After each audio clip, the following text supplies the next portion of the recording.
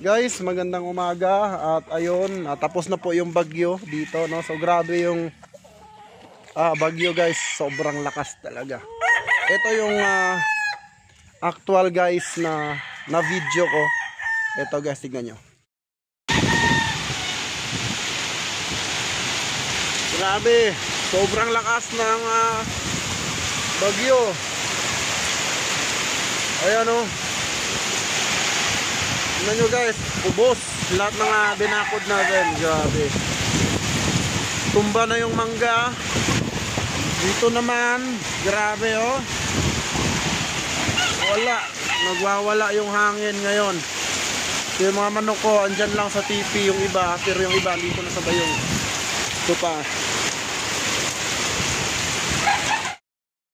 Oh, guys, dito naman sa likuran. Ayun, oh, grabe, wala, lahat ng flying pin ko, guys, nilipad.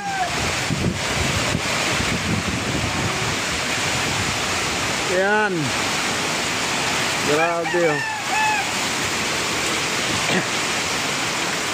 Wasak. Ito yung mga manok. Ayan, kulang yung bayong natin, so kailangan pang bumili.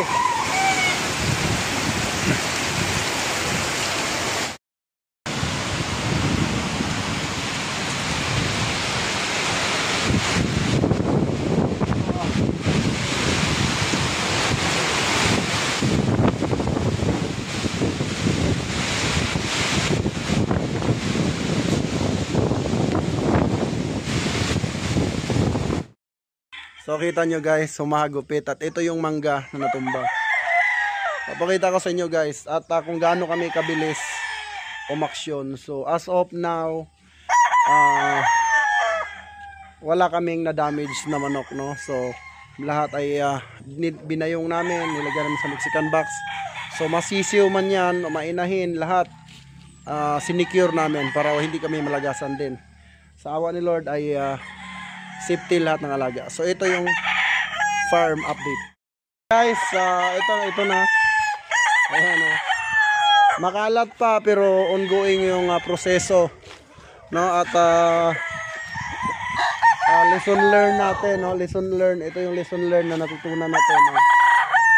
Pagkaalam natin na may paparating na bagyo, guys, umaga pa lang siguro i-secure na, kasi yung naranasan namin ay alas 12 hanggang alas 3 po yung pagliligpit namin ng manok, kasi kampante kami nung maaga pa, kasi hindi pa ganun talaga katindi, pero tumindi siya mga siguro mga 12 AM to 3 AM hanggang umaga na po yung tindi. So nung nakita ko na nagsiliparan na yung yero, nag-decide ako na ilagay sa Mexican box at ilagay sa bayong. So lesson learned, guys. Kung naranasan nyo, huwag kayong manghinayang gumastos ng mga bayong, kasi bawat isang bayong nagsisave ng isang buhay. Kung kayo ay nagtitipid sa bayong or nagtitipid kayo sa Mexican box, isipin nyo na lang, guys, ang halaga ng isang manok kaysa sa isang bayong.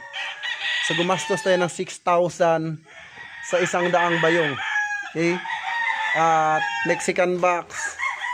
So yun, save lahat ng mga alaga. So yun lang. At pakita ko pala sa inyo kung gaano kami kabilis magtayo. Ito naman yung mga mangga natin na tinumba. Then ayan, balik na ulit yung flying pin ng mga nilipad, no? So ayan siya. Ito na lang, hindi pa namin inayos dahil okay lang yan, dahil lalagyan pa naman namin ng sisiw yan. So yan lang yung hindi naayos. Pero ang lagayan ng inahin, kita nyo naman, pati yung mga flying pins, ayan, isi-set up na yan. So yun yung setup namin, oh. Tumayo na ulit yung bakod. So ganun lang ang buhay. Pagka may pagsubok, kailangan lampasan, hindi pwedeng dramahan, no? Ayan. Galawan, hindi pwedeng magdrama, hindi pwedeng magmukmok na lang sa isang tabi tapos sabihin bakit nangyari ito. So walang ganun sa buhay, no? In reality, ang problema inaaksyonan, sinusolusyonan. So andun na sila sa harapan, guys. So dito tapos na. Ayan, tapos na. Then doon na sila sa harapan. So yung dati ganyan yan, mo, yung pinsala, then yung mga flying pins guys, umabot dun sa may mangga. So ngayon, ayan na po, nakatayo na po, no? Balik ang dating anyo. Then mga pullets natin, safety pa rin. Ayan. So yun na lang harapan, siguro bukas tapos na po yan.